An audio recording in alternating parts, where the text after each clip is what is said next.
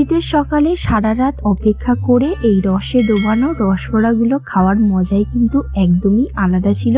তাই তো ছোটবেলার এই স্মৃতি এখনো মনে পড়ে। নিয়ে চলে এসেছি খুবই নরম তুলতুলে রসে টইটুম্বর হওয়া রসবড়া, তাও আবার নলেন গুড় দিয়ে। রেসিপিটা খুব সহজ, যারা প্রথমবার বানাচ্ছেন তারাও কিন্তু বানিয়ে নিতে পারবেন। মাত্র 4-5টা উপকরণ দিয়ে এটা বানানো হবে। রসবড়া খেতে তো সকলেরই ভালো লাগে, তাই অবশ্যই করে বাড়িতে একবার ট্রাই করে দেখবেন। এইরকম রেসিপি ভালো লাগলে অবশ্যই করে আমার চ্যানেলের পাশে থাকতে হবে। চলো তাহলে রেসিপিটা দেখে নেওয়া যাক। এর জন্য আমি 2.5 কাপ মতন বিউলির ডাল জলেতে ভিজিয়ে রেখেছিলাম সারা রাত। আপনারা চাইলে 5-6 ঘন্টা মতন বিউলির ডালটাকে ভিজিয়ে রাখতে পারেন। যত ভিজিয়ে রাখবেন ততই ভালো। তারপরে বিউলির ডাল থেকে জল ঝরিয়ে মিক্সিতে নিয়ে নেব। যেহেতু অল্প ডাল আছে তাই পুরো ডালটা নিয়ে নিচ্ছি। সাথে একদম সামান্য আদা দিয়ে দেবো। এটা দিলে স্বাদটা ভালো আসবে। যেহেতু জল ছেঁকে আমি দিয়েছি, তো সামান্য, একদমই সামান্য ব্লেন্ড হওয়ার জন্য জল দিয়ে দেবো। বেশি জল দিলে এই ব্যাটারটা ঘনর বদলে পাতলা হয়ে যাবে, তাই মোটামুটি 2-3 চামচ মতন জল দেবেন। 1-2 বার ঢাকনাটা খুলে নেড়ে নিয়ে আবার পেস্ট করবেন। একেবারে পেস্ট করতে যাবেন না, তাহলে ভালোভাবে পেস্ট হবে না। দেখো বিউলির ডালটাকে মিক্সিতে ভালো করে পেস্ট করে নিয়েছি। আপনারা চাইলে শিলেতেও পেস্ট করে নিতে পারেন। অল্প জল দেওয়ার কারণে বিউলির ডালের ব্যাটারটা দেখুন কতটা ঘন হয়েছে। চামচ দিয়ে তুলে কিন্তু ফেলার চেষ্টা করছি, সহজে কিন্তু পড়ছে না। ব্যাটারটা একদমই এইরকমই বানাতে হবে, আপনারা দেখে হয়তো বুঝতে পারছেন। ডালটা পেস্ট করা হয়ে গিয়েছে, তো এবার আলাদা পাত্রে লাগিয়ে নেব পুরো ডালটাকে। আর আমি মিক্সিতে সামান্য জল দিয়ে নেড়ে নিয়ে ওই জলটাই কিন্তু নিয়ে নিচ্ছি, আর জল দেব না। এবার 2টো এলাচ গুঁড়ো আর 1-2 চা চামচ মতন লবণ দিয়ে দেবো। এবার বিউলির ডালটাকে 5-6 মিনিট মতন ফেনিয়ে নেবো। এটা করলে হালকা এবং নরম হবে। আর যারা মিক্সি বাদে শিলেতে বেটেছেন তাদের কিন্তু একটু বেশিক্ষণ ফেনাতে হবে, কেননা মিক্সিতে পেস্ট করার সময় কিন্তু ফেনানো হয়ে যায়। আপনারা এইরকম ছোট ছোট টিপস ফলো করবেন, তবেই কিন্তু পারফেক্ট ভাবে বানাতে পারবেন। তাই কিন্তু বারবার বলা হয় স্কিপ না করে ভিডিওটা দেখে বানাও।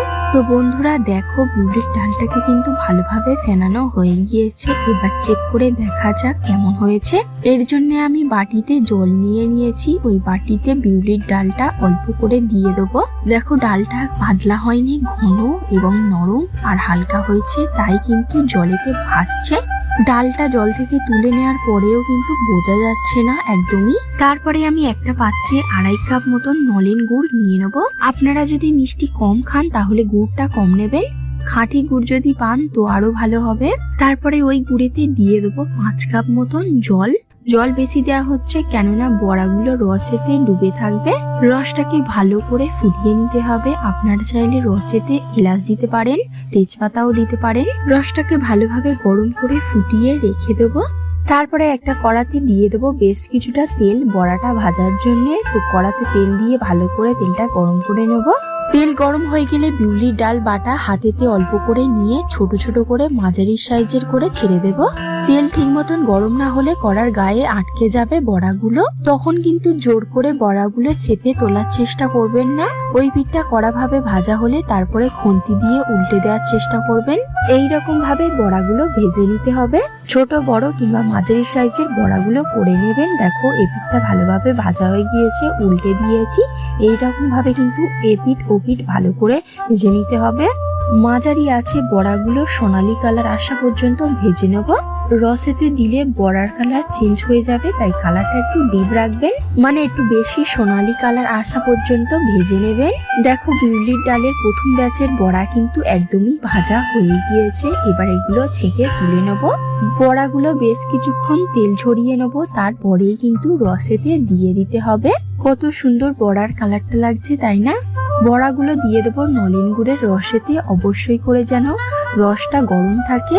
আর হ্যাঁ, রসটা কিন্তু হালকা ফোটার পরেই কিন্তু তুলে নিয়েছিলাম, তাই বেশি পাতলাও হয়নি আর ঘনও হয়নি।